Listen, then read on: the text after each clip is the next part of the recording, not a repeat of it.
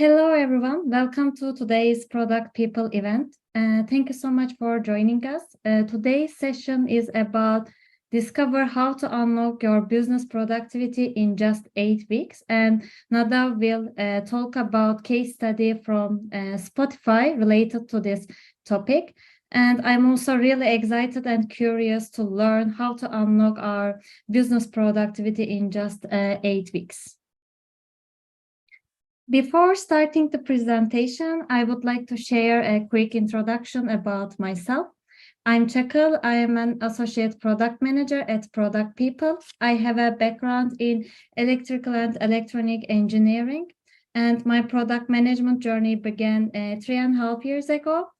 I have been working at Product People for 9 months, and it was a really educational journey for me so far. I have experienced building and delivering B2B and B2C digital products in startup and corporate environments, thanks to Product People. I also would like to mention Product People. Our mission is to help companies discover and deliver great products faster. At Product People, we do the unglamorous hands-on work of a product manager owner on an interim basis. We onboard fast, align teams, and deliver outcomes. We are 40 in-house product managers employed by Product People. We also share knowledge generously for free with our community events of 20,000 PMs. Thank you so much for being part of this community and for joining this session. Okay, before we start, let's do a quick icebreaker. Today we have a couple of questions for you. For Zoom attendees, you will see a pop-up on your screen. I guess you saw it. So you can share your answers by selecting your answer on the pop-up. And for other attendees who join from other platforms, feel free to share your answers via comments. So the first question is, how often do you improve your day-to-day process? And the options are never, sometimes, often, always. And the second question is, what is your level of influence on driving change within your organization?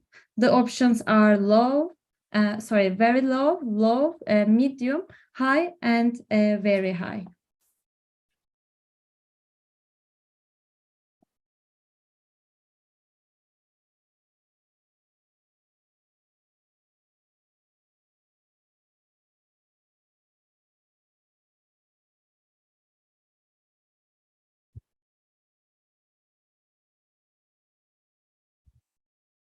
I see already a few answers. Let's give some more time for the others.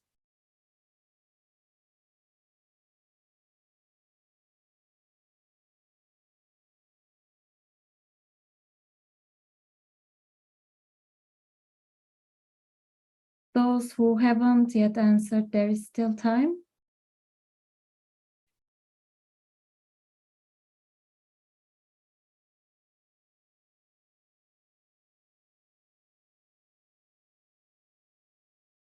Okay, let me continue with the results. I think we have enough answers. I see the results of Zoom attendees. The most chosen option is often for the first question, and the most chosen option is medium for the second question. I didn't want to affect your answers, but for me, we always improve our day-to-day processes by consulting our senior product managers on our projects, and we work with really cool clients, and we show a more efficient way for processes, and they generally approve it. And I feel like we have high influence on driving change on different projects with different clients as a product manager. So thank you for participating in the poll. Let me continue. Now we are ready to start. Nadav from Elsewhen is with us today, so I am handing over to Nadav. The stage is yours, Nadav. Let me stop sharing. Lovely. Thank you very much, Shakir. And thanks for everyone who's filled in the form. I did a quick back of the envelope calculation on the page that I have here. And I think just over 70% said that they are going kind of often or always thinking about improving their process. And at the other 70% were people with medium influence, which I think is the right spot for what we are going to talk about. So that's kind of the process that I'm going to share is, I think, designed for people that have some influence on the org. You don't necessarily have to be super senior, but you do have to have that desire, which I think many of us do have, to make changes and improve how we do things on an everyday basis. So for the next kind of 25 minutes, like Shakir presented, I'm going to talk about how to unlock productivity, and I'm going to talk about that in a sort of 8 weeks context. But before I do that, let me introduce myself very quickly. So my name is Nadav, and like Shakir said, I'm principal for product and strategy at a digital product consultancy called Elsewhen. We are based in London, and I, for myself, I have an MBA from EDEC Business School in France, and say for the last 15 years or so, I build products across many different industries. And like I said, what I'm going to share with you today is a framework that my colleagues and I developed over time that is designed to help you run better, a bit more structured and more efficient process to increase your teams and business productivity overall. And before we get to that, I kind of want to talk a bit about where I come from. So I mentioned that I come from Israel. I started my career in product management back in Tel Aviv. And it was sort of just around the time when the first iPhones were out. Product management was back then a relatively new field, and you had to learn a lot on the go. I think I was kind of lucky enough to work with teams on some of the first mobile apps in the market, and actually focus on mobile gaming and utility products. And I created that knowledge of mobile apps, which actually led me to different positions within the banking sector. So I've been called by one of the largest banks in the country to actually strategize and shape the very first mobile products. And then later, kind of as a director of product, I was looking after the kind of broader product suite. And then in 2016, I moved to France, like I said, to do my MBA there. And for the last 5 years or so, I'm based in London. And I'm leading the product team at Elsewhen. So Elsewhen, in just a couple of words, is an independent digital product consultancy. It was founded in 2011. There's about 65 of us, with the average being around 12 years of experience. And together, I think it's probably fair to say that we run well over 100 client engagements. Some of our clients, you're going to recognize their names. We work with the likes of Spotify, Google, MasterCard, Soho House, and many others. This is really a subset of the clients that we work with. And that is kind of enough about myself and about Elsewhen. I kind of want to talk about you and what you can expect to get from that talk by the end of our time together. So we're kind of here to discuss, I guess, productivity of teams, right? Or in other words, how can we, as product managers, use those product managers' methods and practices to understand what really stands in the way of our business and our organizational productivity, and how we can actually offer a more tangible approach to measure productivity over time and to impact productivity over time. So a lot of us, again, said that it is very important to them to improve their productivity and to improve the business productivity. So a lot of what we're going to learn here is going to relate directly to that. More specifically, by the end of our time together, you can probably expect to have learned on how to define productivity within your business. You should be able to identify and unblock the key bottlenecks in your process. So once we've identified those, we will also learn how to unblock them and how to test different solutions. And you would also learn a little bit about how to improve productivity over time and how we take that as a process, and we can take that over and over again and kind of repeat that process in a way that helps us keep improving. So I've mentioned Spotify as one of our clients, and I think over the last 4 years or so, we've worked not just with Spotify, but with many big organizations to uncover the most painful processes and really help them identify the opportunities to unlock productivity. But what I'm really going to do in the time we have together today, I'm going to base a lot of my presentation on some of these case studies that are related to my work with Spotify. So everything that you are going to see, all the screenshots, all the examples are taken from actual projects. They are actual work and actual problems that different teams were trying to solve for.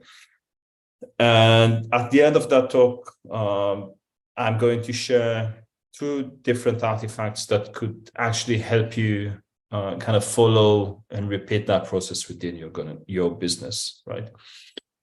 So let's start, I think, with a problem statement, right? So good product managers always starts with problems, and the problem statement that I want to start with here is something that we actually get to hear from our clients fairly often, right? So when I speak to clients, they come to us and they ask for help for the business to understand what productivity means for them and what opportunities are there to make those productivity gains and remove those impediments to the workflow. So it's quite wordy. And I kind of want to start and breaking it down into 3 sort of different parts, right? So the first bit in that statement is that we are trying to help businesses, or we are trying to help our business to understand what productivity means for them, right? What is it? What do we talk about when we talk about productivity? The other part is we want to actually identify those opportunities to make productivity gains. Some of them would be more simple than others. Some of them would be more complex, but they're all around us, and we want to be very clear about what these are. And lastly, we talk a lot about it in productivity around that concept of impediments to the process. So how can we find those impediments and start removing them? To create a bit of a picture in your head, the user type that we are going to talk about here is a design community. So all of the problems and the cases that we look at are related to quite a large design community. So people with a very high level of technical skill, about 400 of them, and a very, very unstructured design process, right? So before we've done that research, the design process was fairly scattered, was very individual. It had different shapes across different parts of the business. Now, we've started with our problem. That problem actually relates to the top of the organization, of that design organization. And what I'm going to talk about is our 3-stage discovery plan, right? So I mentioned earlier that I'm Israeli by origin, and there is an sort of old saying in the Israeli forces, and that is that you can pretty much break everything in life into just 3 parts. Now, to be honest, I'm not exactly sure if that's completely true, but I think in that case, it's a fairly good way to kind of think about that process. So those 3 stages that we are going to look at, firstly, we are going to look at mapping of the current state of the business, right? So we'll be looking to understand what is it out there, to define what productivity means, to describe what does the current workflow looks like, and to identify those pain points and blockers to the process. That is the first step, and I will talk about it in detail in just a couple of slides. The second thing that we want to do, like I said, is to find those opportunities for improvement. So on that second stage, we are going to look at how we work with problems and hypotheses in that productivity research. And we're also going to prioritize experiments and create simple prototypes to actually measure change in a fairly low risk environment. And then lastly, we are going to look on how we are going to redesign and tweak the entire process, remove those blockers, and start implementing things, right? So now that we're equipped with that new knowledge, we have much better tools to tweak the process and to improve how we do things. So maybe let's start with the first stage.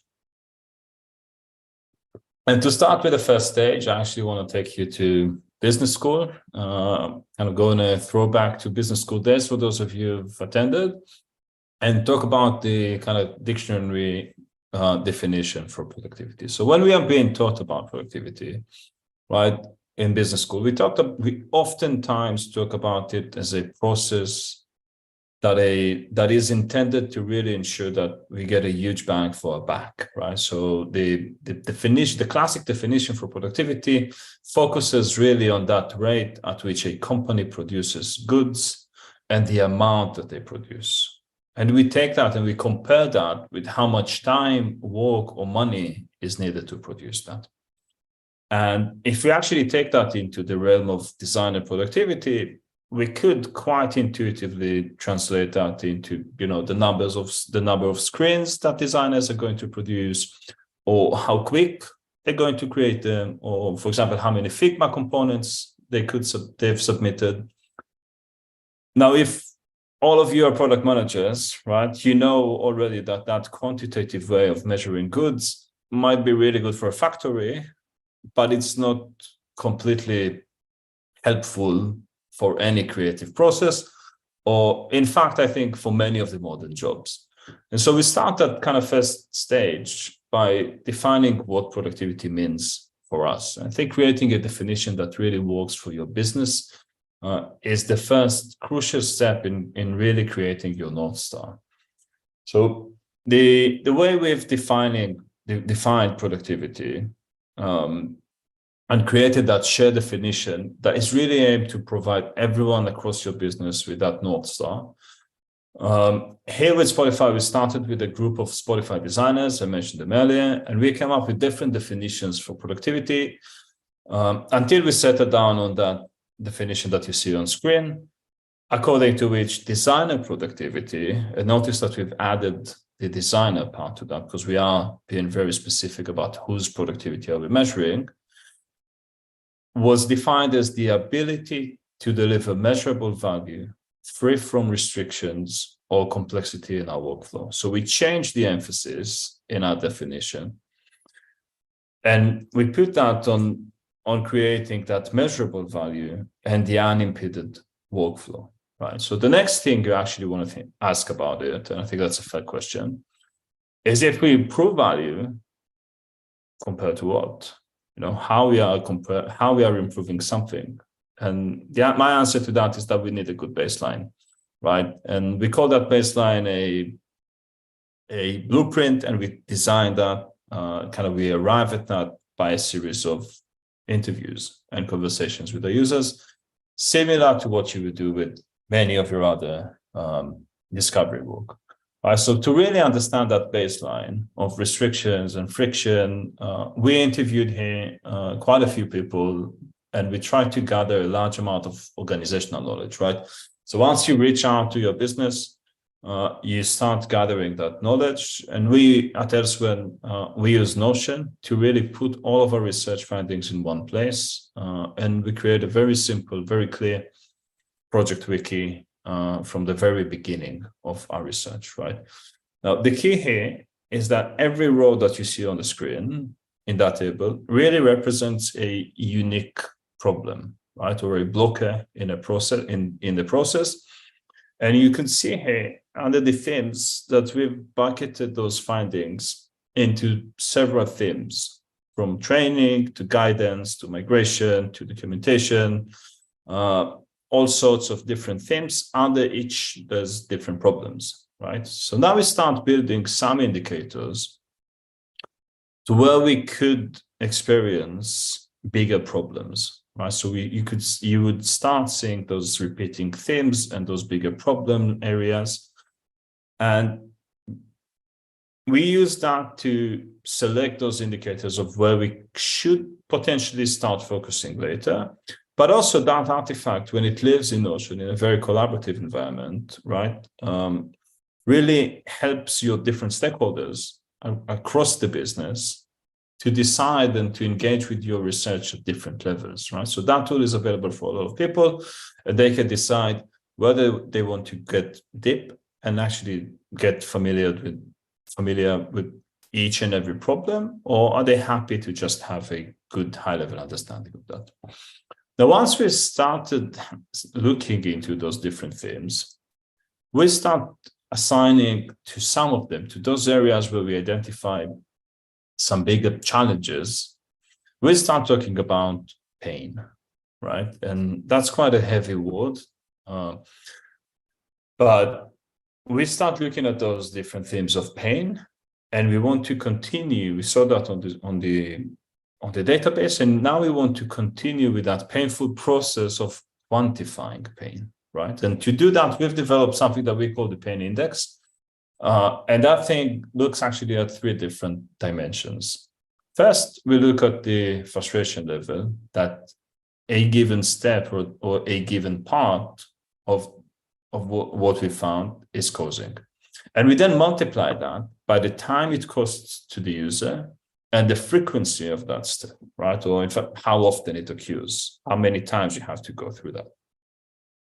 So if you think about a senior designer that is responsible for a specific part of the product, they could, and that's again a real life example, they onboard 6 new designers every month, and they spend 1 hour on onboarding.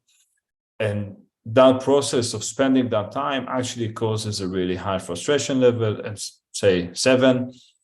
So what we do is fairly simple. We take those figures, we take that 7 frustration level times 1 hour times 6 times, and we get a number at the end of that. That number here was 42.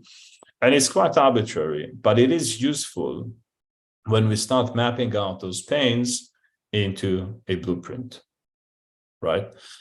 And that blueprint, we get to that once all of those major themes are quantified, and we put them all on that continuous productivity line, right? And what we start seeing, and you see that at the top of the blueprint here, is what we've called the productivity line. Right? So you see that some places are better than others. Some points we see that productivity dips. In very few places it peaks. And that visual product, right, gives the reader or the internal consumer a really structured picture of a very unstructured process we started with. Right? I also want to think about that product, about that blueprint as a living artifact. We talked about that living wiki, and now we talk about the second living artifact, that is your blueprint, right? It is a step-by-step representation of the process that we are mapping. And the reason I'm saying it's a living artifact is because we can always tweak it, we can move things around, we can gather feedback. And in fact, that's pretty much what we want to do, right? I talked earlier, just kind of in a side note, I talked earlier about Notion. That blueprint was created in Figma. And like I said earlier, at the end of the talk, I'm going to share a link to, in fact, that template that you guys can use on your own. So first step, we try to map out things, just kind of quick recap. We introduced that blueprint. We have a good understanding of the current situation. We know what productivity means for us. We start delving deeper in the second stage into the opportunity space, right? And this is where we move from actually just describing the problem to offering some potential solutions. This is our second stage. So the second stage starts with a really deep dive into some of the problems with the highest pain level. So those areas in our blueprint where productivity dips. We use what we call a problem hypothesis experiment cards. And these cards you may be familiar with. They follow a really simple structure. At the top of the page, we describe the problem. Here, for example, and again, these are all real examples, the problem is that we have a lot of documentation that is irrelevant, is outdated, and is hard to find, right? Now, we back this up with evidence that we find. You don't see it on screen, but there's a ton of evidence behind that that actually tells us that that problem is real. The next section is our hypothesis. And here we describe what we believe is going to happen if we actually address that problem in a certain way. And so on that example, the hypothesis was that if we manage to simplify the documentation process of those design components, that will, and we'll then find a way to encourage people to contribute more of those, we can increase the collaboration across the business, and we can increase the level of design system documentation. A bit complex, but think about it, say, if we make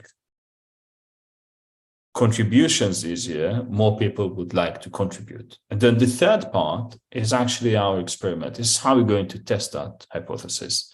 And here, specifically, we offer the really simple experiment to test our hypothesis. In that example, it was a really simple way to connect the design tool, Figma, and a document management system, say like Google Docs or Coda. And we take this structure and we created different experiments for different problems, right? So in that example, we've created 10 different cards, and now we have to evaluate them and weigh them against each other. So to compare these problems, we use RISE methodology. I'm going to assume some of you are familiar with, and if not, I'm going to talk about it very quickly. What we look at in RISE, we look at different variables that helps us to get the right score and then weigh different options against each other. So those variables are first the reach, right? How many people are going to be impacted by the change that we are proposing? How many people will be impacted by that? The second element is the impact. How meaningful will this change is going to be for those individuals? Is it actually going to reduce the pain that we've identified by a lot, but not so much? And then you hear the question marks. The third variable is actually that question mark, is how confident are we that this experiment is going to move the needle, right? Maybe we think that it might have a good reach, good impact, but very low confidence, and that is going to ultimately change our RISE scoring. Now, take all of this, we multiply them by each other, and we divide them by the fourth element, the fourth variable, which is the effort, right? Specifically at that stage, we looked at the effort level to just execute that experiment without going into a full build, how long, how complicated this is going to be to take us from an idea to actual experiment. Now, going through all these options, what we end up with, right, is that full list of problems in descending order. And this is, in fact, a starting point to start making and building things, right? So this is becoming interesting now, because based on that, and you see that there's 10 different options on that slide, and they range from a score of 240 all the way down to 25, we could then make a decision on where we want to focus, on which areas are more important for us, and design a prototype for them. So moving from cards to experiments, we actually wanted a simple experiment to test that documentation bit, which I talked about. These are some screenshots from a Figma component we've created and a small widget to actually collect that documentation information. Once it's submitted, that information then being transferred into a Google Doc, and that is kind of what we wanted to see. Are we technically able to do that, create a simple process, and prove that it's doable, and we can then keep developing that further. So at that stage, for us, it was enough to test with internal users, get some feedback, make some tweaks, and put that back on our roadmap. And I'll talk about it in a second. So that prototype takes us to the end of the second step, right? So like we said earlier, first step was kind of mapping out the current state. The second stage is about finding the right opportunities. And now that we have a set of possible solutions, it's actually time for us to move on to one, I think, of the most dreadful parts of this process. And that is the place where we start to redesign and implement those changes that we've proposed.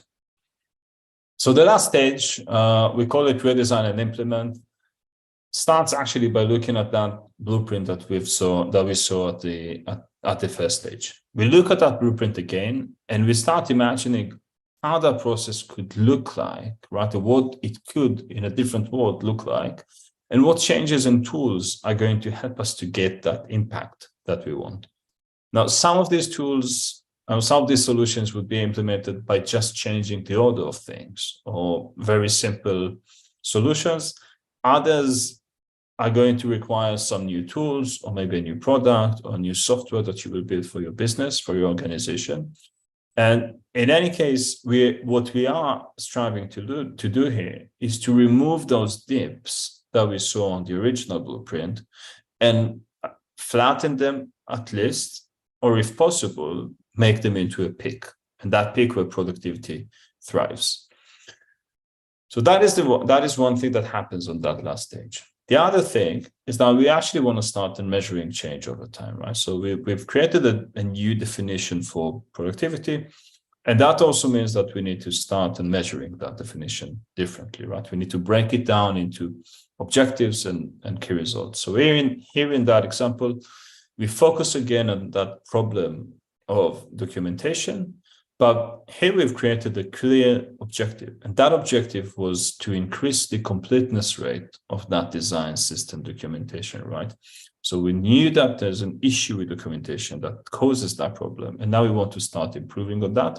And if we break it down further, right, we can now define those key results that are going to help us drive these improvements over time, right? So here on that example, we looked at percentage documentation for the web, for the mobile app, for the mobile design system, but we also looked at elements of how support is being given, right? So you have a 360 of key results that are going to push that objective forward. And then the very last step in that, and that's where we conclude that third block, is where we finish with a couple of days when we work as a team to bring everything together. And I guess in a true product spirit, we want to create a solid roadmap for future experiments and for future workflow tweaks, right? Now, if we do it properly, this is exactly our chance to kind of secure more budgets, to get clarity on what are we doing forward, and ensure that we are building the right things for our business. So quick recap, just before we close. 3 steps. The first one, we looked at mapping out the current state. We then looked at finding opportunities. We then looked at how we are going to redesign and implement those changes. And just to give maybe a picture of the scale of that blueprint, the scale of change that blueprint could drive, I actually want to share just a couple of cover images. All of these tools and products and additional research that we've created were born from that original blueprint that I shared with you at the start, right? So these are things that are related to documentation and into design kits and artwork creation tools, all sorts of tools and solutions that were actually created with the ambition to remove those impediments to the workflow that we've saw at the beginning. And then just kind of last point about the 8 weeks, right? So when Chakir presented the talk, we talked about in 8 weeks, and I did not mention any time measure at all. And I kind of want to talk about it a little bit. The 8 weeks, in my experience, is the time that it takes to run this process in a medium-sized organization, right? If you're able to move very, very quickly, or your business is very agile, you can potentially do that in just 4 or 6 weeks. But if you don't, then 8 weeks are just going to give you the right amount of time to discover those real problems, to design a solid blueprint that is going to stay relevant with your business, that is going to stick there for a long time, and is going to be your compass to any of your future changes. Now, if you fancy any more specific timeline and actually look into those 8 weeks in a lot more detail, I want to share with you 2 simple and actually free resources. We can share the links at the end. One of them is an 8-week discovery guide, and that actually takes the process that we just talked about and break it week by week, almost session by session. You can take that and choose which different parts of that you want to take into your organization. You don't have to do all of them at once. You can pick and choose what is relevant for you. And then the other resource that I'm going to share is a free Figma community file. It is called the Designer Productivity Blueprint because it is based on that research with designers.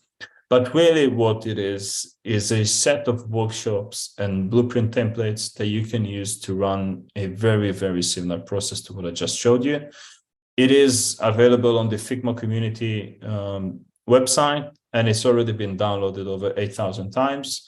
So I think this could be a super, super useful tool for all of you to get started with that process. And that is it for me. Thanks very much. Jackie, I'm going to stop sharing. Okay, thank you so much.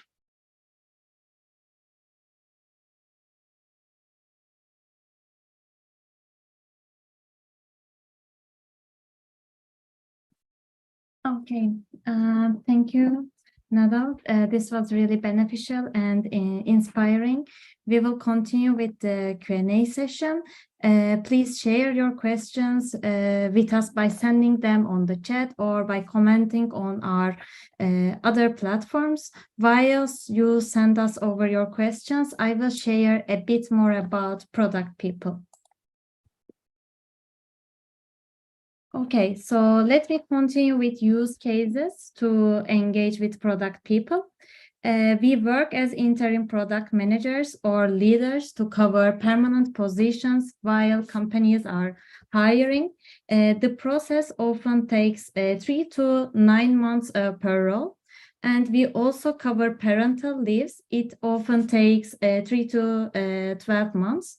We have senior product managers to coach your product management team and create processes from scratch. Last but not least, we help with product discovery processes by conducting market and user research and planning the MVP. Let me also clarify what Product People is not doing. Product People is an agency specializing in interim product management, and we serve clients only via in-house employees. We are not recruiters. We are not a freelance marketplace. We are full-time employees at Product People, and we are not a development design agency. We specialize in interim product management, coaching, and discovery. Here you can see some of our B2C clients like Blinkist, Douglas, Freenow. We have worked with really cool B2B clients like Utopia, WHO, Cognigy. And here are some positive feedback and testimonials that we got recently. You can see that we onboard fast and we have permanent PMs with onboarding fast. And let's continue with some of our case statistics. We have worked with 120 cross-functional teams, and we have 40 product leaders and product managers completely in-house to deliver high quality service to our clients. We have 61% women in the team with 66% in leadership. And here you can see our amazing team. We have a multinational and diverse team. If you would like to join our team, we have a place for you. And we have the business development manager, growth and partnership manager, and junior account executive roles open. You can apply through the link on the screen. And thank you for listening. Let's continue with the Q&A.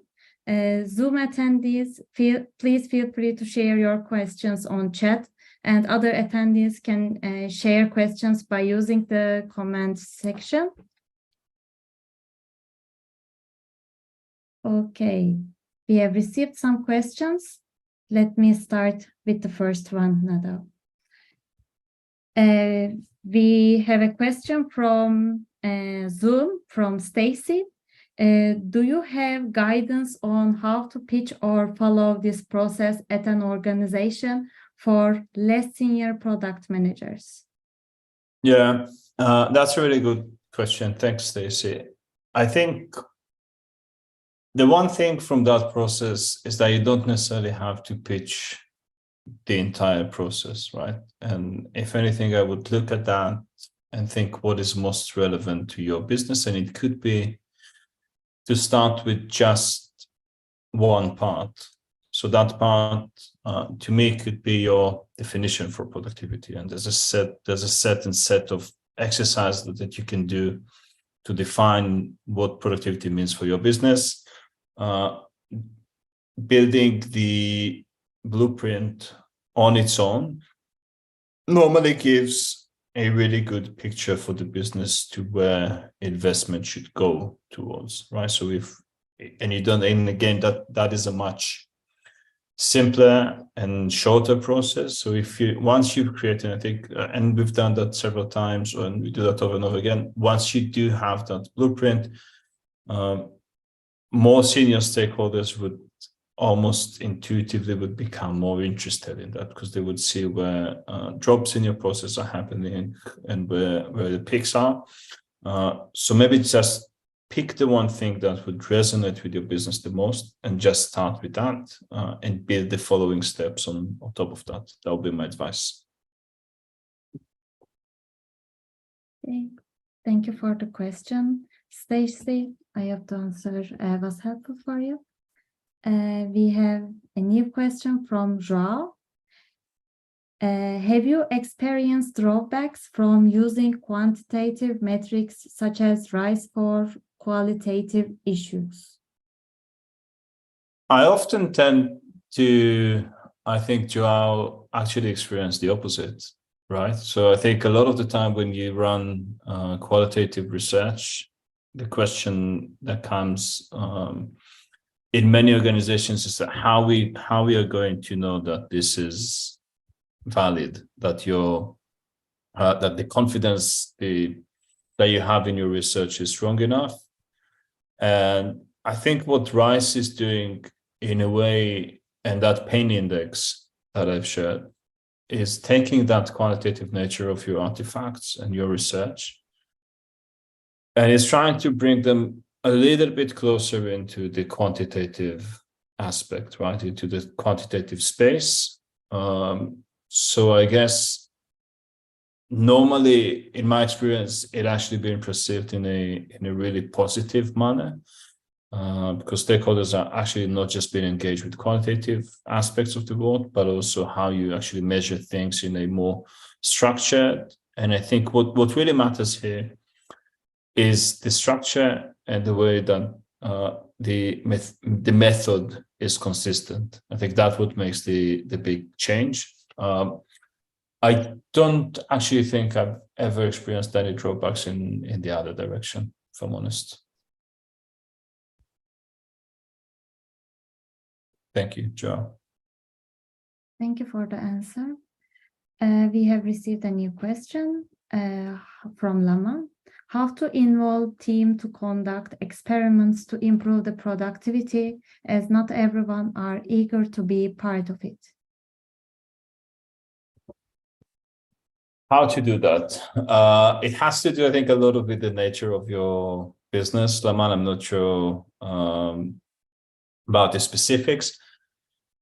What I do find very useful is that experiments are normally related to pain points that you've identified in your research, right? And what I see happens a lot in research is that we sit with individuals, we spend some time with them, and they never actually get to hear the results of your research. That is one thing. The other thing is that they very rarely get to see the fruits of your work, right? So you have spent an hour with someone, and many researchers are not always very mindful of actually playing back the findings and how this is going to impact the day-to-day of their interviewees, right? So I guess my advice here is to actually do your research, but throughout your process to create a group of supporters or evangelists or people that are engaged with your research, right? And help them see how what they told you, how the time that you've spent together is actually being directed towards improving the day-to-day, right? Now, if you do that and you keep them informed about your finding and how you're going to use those findings, I think it's going to make your life a lot easier. That's in my experience.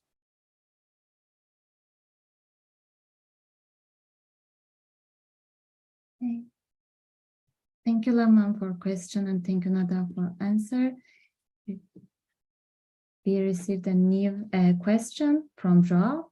How do you see the product management industry evolving over the next few years in Europe with the recession and the trends of AI and ML?